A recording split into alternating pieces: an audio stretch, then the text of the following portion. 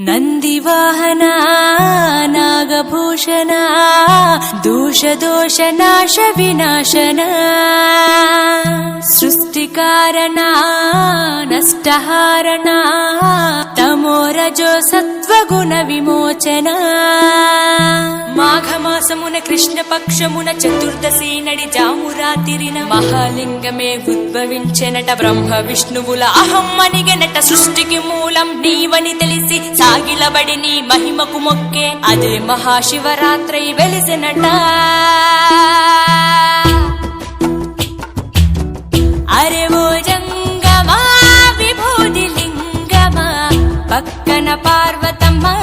తలపై గంగమ్మ అరే